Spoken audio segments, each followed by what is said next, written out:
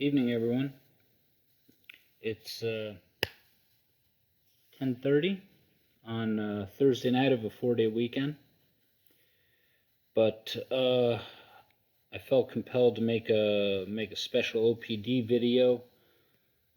I know we didn't have any OPDs planned for the month, but the great thing about the medium that we operate in now is that we can kind of reach out and talk about stuff at any time. So here I am. The interesting thing about being a flyer in general, but especially in the Air Force community, is there's 1, maybe 2 degrees of separation between you and probably anybody who flies an airplane. And we heard today from Captain Morgan in our safety brief about his connection with a recent incident, aircraft accident that we had. And then I was just scrolling online today, and a friend of mine got some dudes I know in the 11F community, and he posted something from one of their dudes that the guy wrote. And if you haven't seen it, I'm just going to read through it real quick, and I'm going to talk about a couple things and just kind of throw it out there for you. So as this goes, says, I know this is part of the job. I understand completely the risks, completely. And yet I am 100% convinced that the most dangerous thing you can do to a fighter pilot is fly them less, train them less, accept a lower bar than they must meet. And yet we do this, and have been doing this for years. I've been around a little while. I've seen the ACT, fighter pilot crisis, as if the reaction to it is anything but maximize production, graduate students faster with less time and less training and less undergraduate prep. The insert latest trendy technology is in, you can virtually replicate real flying and fly each student less. Problem meet potential solution. It's amazing. We generate X% faster and what? Tell me. Tell me how to replicate flying without flying. The walk around in the scorching heat, the searing sounds, the sweat-soaked earplugs in your ears. Tell me how to sim the strap in while you realize that this is nothing like the first flight sim you did yesterday. Tell me how to replicate how you feel, weighted down and already exhausted, your wingman's jet blast in your face, the gear on your body, the stress of the moment, and its joy mixing around in your blood. Tell me how to replicate the cockpit, the glare and the glint, the worn buttons, the vibrations, the noises. What the fuck was that? The smells, the cool, familiar odor, oxygen flowing, hitting your wet face and somehow cooling your entire body, the pressure of the mask. Tell me how to replicate the G's, the thrust, the G-strain, the gray out, the holy shit, ease off, the master cautions, the digging around in the bottomless map case to look for your checklist. How is it so difficult to find? Because you actually have to fly the thing you're sitting in. Tell me how to replicate the sun, the weather, the stress, the chance of death, the risk, the breathing. Tell me how to replicate your heart rate rise just before turn in fights on. Tell me how to replicate the merge, that want and need to win, knowing you're pushing your body and the jet faster, higher, tighter, slower than you've ever had, and not being totally sure you'll keep it together. Tell me how to replicate the loss and the awful smile you know your wingman gives you under his mask in the BD check. Tell me how to replicate the 2 minutes you get each sortie where you actually get to look around at the world, when you realize that you're doing the one thing you always wanted to do for the 560th time. The split second you give to your mind to think of your wife, your kids, your fear, your loss, your friend who died doing this exact same thing. Then the rapid jerk back to reality of task at hand. and you're again immersed. Tell me how to replicate the shocking feeling, the first realization that you finally have achieved awareness of the fight and the world around you. Just like your old IP did as you stood agape in the debrief watching his tapes. Tell me how to replicate the night, how the whole world transforms into darkness and green glows, how the world closes in on you, how up can be down, how down can be up, and how fast can be up and slow can be down. Tell me how to replicate the way the world looks down through the scud layer, and how your shadow races over you when you flare, scaring the shit out of you so you do it again. Tell me how to replicate landing, the last check over the threshold to make sure for the 15th time that your gear is down. The hope that you'll see the rabbits running through the 300-foot ceiling below you, hoping that there really is Earth down there. Tell me how to replicate the taxi back, how you're already thinking of your DFP and how it went wrong and what you'll talk about.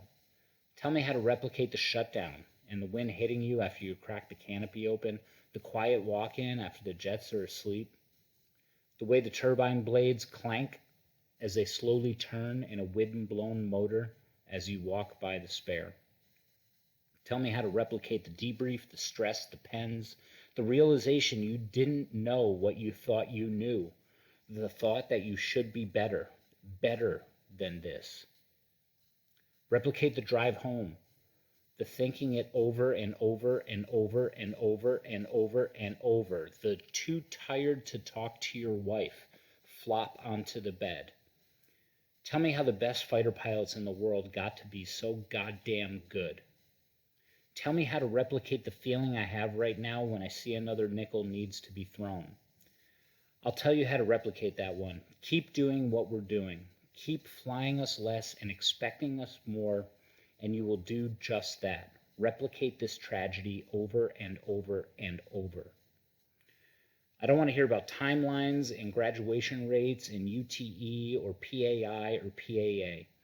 I don't want to hear about capacity, class seats, pipeline holdups, and training delays, or VR, UPTN, or any virtual training anymore.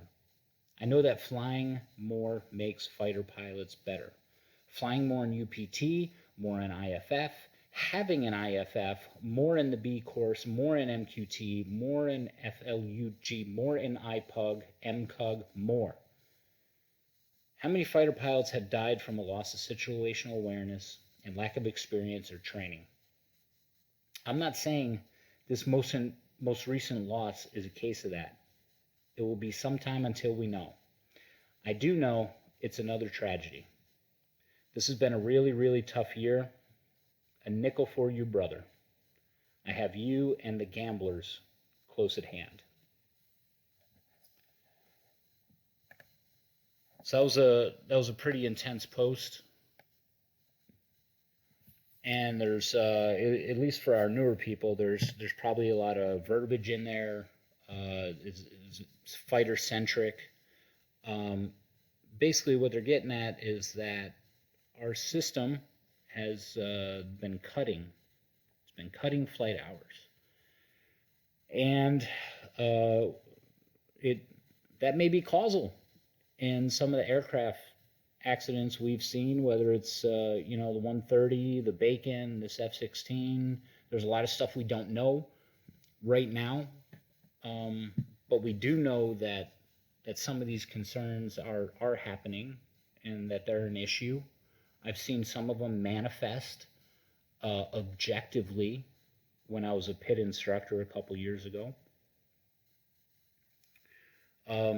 So why am I doing this tonight? It's really weird. This is a no prep impromptu OPD, but I think it's something good just to throw out and think about. It's almost become cliche, right? No, this business is life and death. It's really serious, but do you really feel that? Sometimes I don't think so. I mean, me too. I'm just as lazy as the next guy sometimes when it comes to, dude, I got to log my proficiency sortie, so I'm going to go to my sim. I'm going to do the bare minimum because all the extra stuff is a should. and I'm not going to take on the challenging profile. I'm not going to push myself. Maybe I'm afraid of making a mistake, or I don't want to look bad. I guess that's the point I'm getting to here is, a lot of the issues they talked about in that article are UPT, are IFF, are fighter centric, but some of it translates to what we do because there is less training for our people coming out of the pipeline than there used to be. There is less requirement for our currency and our training. You could see that manifest in the most recent RAP tasking memo if you haven't read through it. So what does that mean for us? If there's a couple points I want to drive home in this discussion, and there's not going to be a follow-on live discussion, but feel free to chime in the comments and just see how you feel. I might be wrong. I'm okay being wrong. Like I tell everybody, there's no shame in my game. I could be wrong, but if you truly believe that every time you go out to an actual aircraft and there's, say, 14 lives in your hand, we have an obligation to make sure we're the best, as best we can. Maybe we really need to, fill those extra sims, fill those locals as best we can. Maybe we need to take the time that we're provided and not be like, I'm going to do an ILS and I'm good. I'll get my 1-1-1. Maybe we really need to push for more diverse and challenging training, thinking outside the box, doing things that make us uncomfortable when it's in a controlled environment, and being extra sure that we focus on things like CRM, SA, task management, GK, those root cause underlying attributes. We need to weave them in to all our training events as best we can to make ourselves better. I don't have a lot to go on from here. I just wanted to throw that out there, that there's people hurting out there, fellow pilots, and I'm sure all of you either know them or you know somebody who knows them. That's how tight-knit we are. And I just want to encourage you as professional aviators, I don't care if you're the best office worker. If there was an order of priority, I want you to be exemplary operators and safe. And I want you to bring our young airmen, NCOs, officers, fathers, mothers, daughters, sons. I want you to bring them home after working hard and accomplishing the mission. But to do that, you need to be technically proficient as best you can. Not perfect, but always striving towards perfection.